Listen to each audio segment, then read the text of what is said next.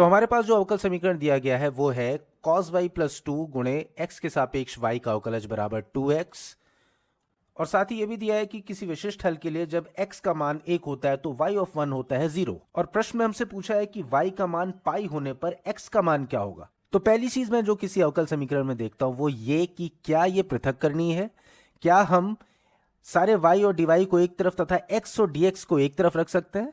और इसे देख के लगता है हाँ, यहां पर तो ऐसा किया ही जा सकता है। अगर मैं दोनों पक्षों में dx से गुणा कर दूं, अच्छा याद रखिएगा कि यहां पर हम dx को x में अत्यंत सूक्ष्म परिवर्तन के x अवकल के रूप में देख रहे हैं। तो dx का दोनों तरफ गुणा करने पर हमें क्या मिलेगा, हमें मिलेगा cos y plus 2 into dy बराबर 2x dx। तो इस तरह हमने क्या किया, हमने दोनों तरफ dx का गुणा करके x और dx के पदों को एक तरफ और y और dy के पदों को एक तरफ लाने में सफलता प्राप्त कर ली।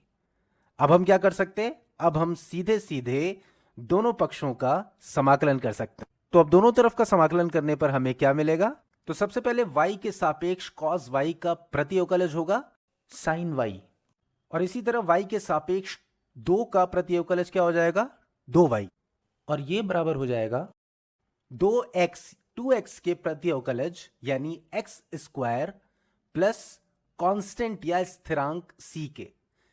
यहां पर दोनों पक्षों का समाकलन करने पर दोनों तरफ स्थिरांक आता, लेकिन हम अपनी सहूलियत के लिए इसे एक ही तरफ लिख लेते हैं c के रूप में। तो ये तो हो गया हमारे अवकल समीकरण का एक सामान्य हल, और अब हम इसका विशिष्ट हल निकाल सकते हैं। अब हम यहां उस प्रारंभिक शर्त यानी जब x बराबर 1 होता है तो y बराबर 0 होता है वाली शर्त, और उसके अनुसार x और y के मान को यहां पर रख देते हैं।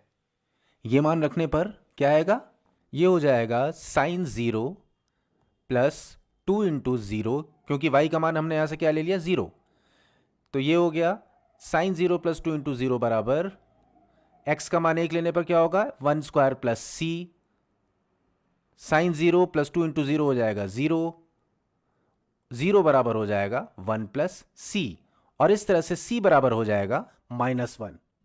तो अब हम इस c के मान को रखकर अवकल समीकरण के विशिष्ट हल को लिख सकते हैं, यानी वो हल जो इन शर्तों को पूरा करता हो। तो c का मान रखने पर होगा साइन y प्लस 2y बराबर x स्क्वायर -1। अब हमें यह जानना है कि जब y पाई के बराबर हो तो x का मान क्या होगा। तो आइए इसी समीकरण में y की जगह पाई रख के देखते हैं कि क्या मान आता है। यह हो जाएगा साइन पाई प्लस 2 पाई बराबर x स्क्वायर -1, और हमें पता ही है कि साइन पाई का मान कितना होता है 0, तो ये हो जाएगा 2 पाई बराबर x स्क्वायर -1, और इसे इस तरह भी लिख सकते हैं कि 2 पाई प्लस 1 बराबर x स्क्वायर। तो अब x का मान क्या हो जाएगा, x बराबर हो जाएगा plus minus under root 2 pi plus 1, और इस तरह से हमारा उत्तर क्या हो जाएगा plus minus under root 2 pi plus 1।